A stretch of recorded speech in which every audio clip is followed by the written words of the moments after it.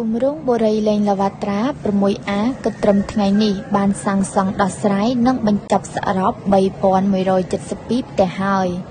ជាការទទួលខុសត្រូវចំពោះអតិថិជនបុរីលេងលវត្រាគម្រោង 6A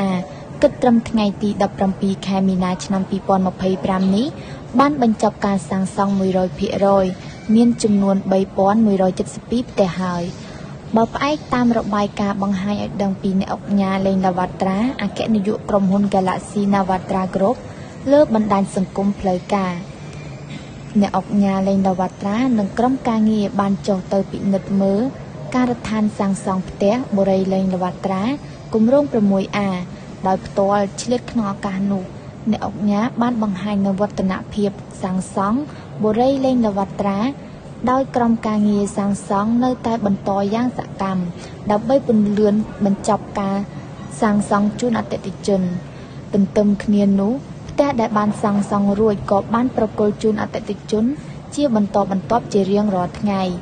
សម្រាប់ក្រសួងរៀបចំដែនដីក៏បានជួយសម្រួលចេញប័ណ្ណកម្មសិទ្ធិជូនអតិថិជនជាបន្តបន្ទាប់ហើយថ្មីនេះក្រសួងទើបនឹងប្រគល់ប័ណ្ណកម្មសិទ្ធិជូនអតិថិជនរបស់បុរីលេងលវត្រាផ្លូវជាតិលេខ 6A ចំនួនរហូតជាង 1200 ប័ណ្ណ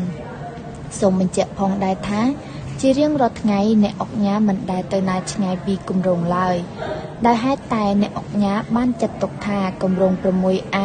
ក៏ដូចជាគម្រោងផ្សេងទៀតគឺជាអាយុជីវិតរបស់អ្នកអង្គការក៏ដូចជាក្រុមហ៊ុនទាំងមូល